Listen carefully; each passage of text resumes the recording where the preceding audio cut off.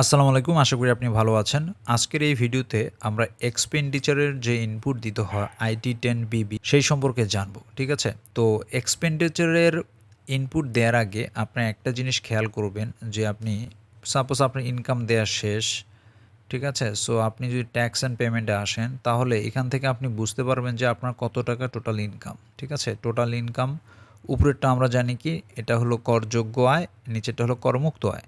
So এই লোকটার ক্ষেত্রেই দেখা যাচ্ছে যে সাপোজ এখানে তার ইনকাম আছে প্রায় ২৩ লক্ষ টাকার মতো। ঠিক আছে? সো আপনি ১ম এ এইখান থেকে দেখে নেবেন যে আপনার ইনকামটা কত। ইনকামটা থেকে এবং এই বছরে যে ইনকাম হয়েছে এখান থেকে আপনি কি পরিমাণ টাকা আপনি আপনার গ্রোস ওয়েলথ নতুন কোনো গ্রোস ওয়েলথ করতে আপনি সাপোজ এই অ্যাসেট লায়াবিলিটিসে এই যে অ্যাসেটের আন্ডারে যেগুলো আছে এখানে নতুন কোনো সম্পদ আপনি করেছেন কিনা, ঠিক আছে? এই বছরের ইনকামের টাকা দিয়ে যদি করে থাকেন তাহলে অবশ্যই আপনাকে কি করতে হবে, এক্সপেন্ডিচার যখন দিবেন আপনি যে পুরোটাই যদি এক্সপেন্ডিচারের এগেনস্টে যদি আপনার টোটাল আউটফ্লো দেখান তাহলে কিন্তু আপনার ওই অ্যাসেট লায়াবিলিটিস ব্যালেন্সিংয়ের ক্ষেত্রে প্রবলেম হবে। সো আপনি নতুন কি অ্যাসেট করেছেন এই অর্থ বছরে আপনার ইনকামের টাকা দিয়ে সেইটা একটু দেখে নেবেন।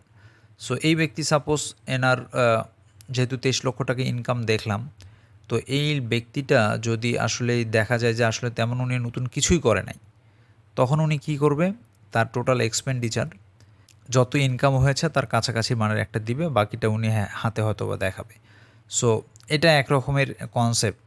এই কনসেপ্ট অনুযায়ী অনেকে করে যে আমি কাছাকাছি মানের একটা খরচ দেখাবো যেহেতু আমার আসলে নতুন কোনো অ্যাসেট নাই আর আমার হাতেও কিছু নাই, ব্যাংকেও কিছু যেহেতু নাই, সেটা একটা। আর একটা হলো যে আপনি যদি অ্যাকুরেট ডাটা রাখেন, সাপোজ জুলাইয়ের ১ তারিখ থেকে ৩০শে জুন পর্যন্ত যদি আপনি অ্যাকচুয়াল এক্সপেন্ডিচারের আপনার অ্যানুয়াল লিভিং এক্সপেন্সের পিছনে যে খরচটা হয় সেটা যদি রাখেন তাহলে দেখবেন যে আপনার ডাটা মিলে যাবে। ঠিক আছে? সো যত আয় সেই হিসেবে আপনি ব্যয়গুলো করবেন। তাহলে দেখবেন যে অ্যাকুরেট ডাটাই আপনি পাবেন। বাট আসলে আমাদের পার্সোনাল লাইফে এটা হয়তোবা এই ১ বছরের ফুল ডাটা আমাদের মেইনটেইন করা টাফ হয়ে যায়। এইজন্য হয়তোবা আমরা কি করি, ওই কাছাকাছি মানের যা ইনকাম তার কাছাকাছি মানের আমরা এক্সপেন্ডিচার দিয়ে থাকি। তো এক্সপেন্ডিচারের ক্ষেত্রে এইজন্য একটু কনসিডার করে নিয়েই করবেন। যদি মনে হয় যে না আমার আসলে আবার আরেকটা বিষয় হলো লাইফস্টাইল। আপনার সাপোজ একটা গাড়ি আছে বা আপনার ইনকাম মোটামুটি একটা ভালো মানের। আপনি যদি খুব কম এক্সপেন্স দেখান যেহেতু আপনি কিছু অ্যাসেট করেছেন, সো এতে কি হবে আপনার অ্যাসেটেই আপনি করতেই আপনার মেইনলি যে সোর্স অফ ফান্ড ছিল বা আয়ের উৎস ছিল সেখানে চলে গেছে। সেক্ষেত্রে আপনাকে মনে রাখতে হবে যে এক্সপেন্ডিচারে আপনি খুব অ্যাবনরমাল কোনো কম দেখাতে পারবেন না। সাপোজ এই ব্যক্তিটার দেখেন আমরা ২৩ লক্ষ টাকা আয় দেখলাম, বাট এখানে তার টোটাল এক্সপেন্ডিচার দেখা যাচ্ছে হলো ৯,২৮,০০০। ঠিক আছে? এটা হতে পারে যে উনি বাকি টাকা দিয়ে হয়তোবা কোনো ওয়েলথ করেছে, বাট তার লাইফস্টাইলের এখানে খরচগুলো অবশ্যই একটা গ্রহণযোগ্য একটা এখানে আপনাকে খরচ দেখাতে হবে। আপনি খুব কমও দেখাতে পারবেন না, খুব বেশি দেখাতে পারবেন না। আপনার লাইফস্টাইল, আপনার যে পজিশনে আছেন সব কিছু কনসিডার করে নিয়েই আপনাকে একটা টোটাল এক্সপেন্স দেখাতে হবে। আর চেষ্টা করবেন সবসময় অ্যাকুরেট যেটা অ্যাকচুয়ালি আপনার যেটা হয়েছে সেটাই। সাপোজ আপনার আসলে কোনো দেখা যাচ্ছে যে আপনার বাসা ভাড়া দিতে হয় না, নিজের বাসায় আপনি আছেন। তো সেই ক্ষেত্রে আপনি এটা অনেক বেশি দিয়ে মান্থলি মনে করেন রেন্ট আপনি ২৫,০০০ টাকা করে ধরে করেছেন। আল্টিমেটলি সেটা কিন্তু হবে না। সো আপনাকে হ্যাঁ, আপনার হোম অ্যাকোমোডেশন বাবদ কিছু এক্সপেন্স হতে পারে। যদি রিলেটেড কোনো এক্সপেন্স হয় সেটা দিবেন বা সেই ক্ষেত্রে আপনি যে ভাড়া হিসেবে কনসিডার করে দিবেন সেটা করা যাবে না। সো একুরেট ডাটাটা দিতে হবে। তো আমি এখন প্রত্যেকটার যে অপশনের মিনিং সেটা আমি বোঝাচ্ছি। এখানে দেখেন expense of food and clothes. এটা তো বুঝতেছেন আপনার খেতে, পড়তে বা আদার কোনো এসেনশিয়ালস কাছে বেসিক যে নিডগুলো আছে তাতে কোনো যেটা খরচ হয়েছে সেই খরচটা লিখবেন। প্রতি মাসে যেটা হয় সেটাকে ১২ দিয়ে গুণ করে একবারে আপনি এখানে লিখে দিবেন। আর কোনো কমেন্টস থাকলে সেটা কমেন্টস এখানে লিখবেন। সেমভাবে অ্যাকোমোডেশন আপনি বাসা ভাড়া বাবদ বা আপনার বাসার যদি কাজেই কোনো খরচ হয়ে থাকে, সাপোজ রিপেয়ারিং কোনো ছোটোখাটো খরচ, অ্যাকোমোডেশন এক্সপেন্স সেটা আপনি এখানে লিখবেন, কমেন্টস লিখবেন।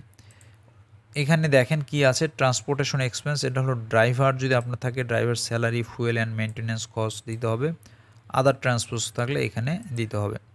হাউস হোল্ডের এখানে দেখেন কি আছে, এখানে ইলেকট্রিক, গ্যাস, ওয়াটার, পানি, সুয়ারেজ, গার্বেজ, এই জিনিসগুলো এখানে আছে। Phone, internet, TV channel, subscriptions, আপনি আকাশ টিভি ইউজ করেন, আপনার ওয়াইফাই আছে, আপনার যত কিছু আছে ইন্টারনেট ব্যবহার করেন সবগুলো এখানে দিবেন। হোম স্টাফ, আপনার বাসায় যেসব কাজ করে তাদের স্যালারি এক্সপেন্সটা এখানে দিবেন। তো এখানে অনেক কম ছিল। তারপর এখানে ফেস্টিভ্যাল অ্যান্ড আদার এক্সপেন্সেস, একটা হলো যে ফেস্টিভ্যাল, পার্টি বা ইভেন্টস, এটার একটা আছে। Domestic and overseas tour and travel etc, এটার এখানে একটা আছে। ফিলান্থ্রোফি, আপনি যদি কোনো উন্নয়নমূলক বা সেবামূলক কোনো কাজে খরচ করে থাকেন সেটা এখানে দিবেন। ফেস্টিভ্যাল বা আদার স্পেশাল এক্সপেন্সেস দিবেন। আদার স্পেশাল এক্সপেন্স এখানে লিখে দিবেন। এখানে কমেন্টস লেখার ঘর আছে, এখানে লিখে দিবেন। আচ্ছা, এনি আদার এক্সপেন্স একটা ঘর আছে, সেখানে যদি আদার কোনো এই স্পেসিফিক কোনো পয়েন্ট ছাড়া বাইরে থাকে তাহলে এনি আদার এক্সপেন্সের এখানে আপনি দিয়ে দিবেন। সাপোজ এই যে স্ট্যাম্প ডিউটি বা আদার্স যেগুলো আছে ডিরেক্ট এই নামে মিলতেছে না, সেটা আপনি এখানে দিয়ে দিবেন।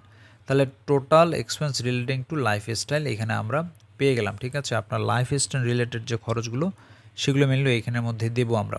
এরপর কি আছে দেখেন, যদি আপনার tax, charges etc paid during জুলাইয়ের 1 তারিখ থেকে 30শে জুনের মধ্যে যদি আপনি কোনো ট্যাক্স বা সারচার্জ দিয়ে থাকেন বা পেইড করে থাকেন, তাহলে এই ঘরটা এইখানে দেখবেন যে দুইটা ঘর আছে, খুবই ইম্পর্ট্যান্ট। এখানে একটা হলো payment of tax at source and advance tax. এর মানেটা হলো আপনি যে অর্থ বছরের জন্য করতেছেন সেই অর্থ বছরের payment of tax at source, মানে কোনো টিডিএস যদি থাকে, কেটে থাকে, তাহলে সেটা দিবেন। এবং অ্যাডভান্স ট্যাক্স, সাপোজ আমরা গাড়ির জন্য এআইটি দেই বা আদার্স যদি কোনো অ্যাডভান্স ট্যাক্স দিয়ে থাকি, সেটাও আমরা এই ঘরে দিব। তার মানে আপনার স্যালারি থেকে রানিং সময়ে যেটা কেটে রাখে সেটা দিবেন, এবং আমাদের যদি কোনো কার বাবদ কোনো বাবদ যদি অ্যাডভান্স ট্যাক্স দেওয়া থাকে সেটা আমরা এখানে দিব। পরের ঘরটা হলো খুবই আরেকটু বোঝার আছে, payment of tax, surcharge and the other account. এখানে হলো যে পেমেন্ট অফ ট্যাক্সটা আপনি গত বছরে যে রিটার্নটা জমা দিয়েছেন ওই রিটার্নের সহিত হয়তো বা আপনাকে কিছু ট্যাক্স দিতে হয়েছে, সেটা হলো payment of tax, surcharge and other accounts. ঠিক আছে, আশা করি আপনারা বুঝছেন। এটা হলো রানিং অর্থ বছরে যখনই আমরা অলরেডি দিয়ে ফেলেছি সেটা হলো উপরেরটা। আর যেটা আমরা তার আগের বছরে যেটা আমরা হিসাবের পর যেটা বেশি ছিল সেটা দিয়েছি, সেটা হলো payment of tax, surcharge and other accounts. আচ্ছা, interest payment of personal loan. এখন দেখবেন যে আপনার যদি একটা পার্সোনাল লোন থাকে, কোনো ব্যাংক থেকে নিয়েছেন 15 লক্ষ টাকা, দেখা যাবে যে আপনার প্রথম বছরেই আপনার দিয়েছেন হলো টোটাল 5 লক্ষ টাকা। 3 লক্ষ টাকা আপনার দেখবেন যে আপনার হয়তো বা প্রিন্সিপাল অ্যাকাউন্ট থেকে 3 লক্ষ টাকা কমে গেছে, বাকি টাকার আর খোঁজ নাই, কিন্তু আপনি জমা দিয়েছিলেন হলো 5 লক্ষ টাকা। আসলে ওই সময়ে ওই টাকাটা, এটা হলো আপনি যে লোন নিয়ে থাকেন আপনার বা লায়াবিলিটিস যেটা থাকে এইটার অ্যাগেনস্টে আপনাকে কিছু ইন্টারেস্ট পে করতে হয়, সেই অ্যামাউন্টটা যেটা থাকবে সেটা আপনারা এই ঘরে দিবেন। ঠিক আছে, এনভায়রনমেন্টাল সারচার্জ, যদি এটা পরিবেশ কেন্দ্রিক একটা সারচার্জ যদি করা হয় তাহলে যে অ্যামাউন্ট আছে সেটা আমরা এখানে দিব। এভাবে total amount of expense and tax এখানে এইভাবে চলে আসবে 9,28,000 এখানে। আশা করি আপনারা বুঝতে পেরেছেন।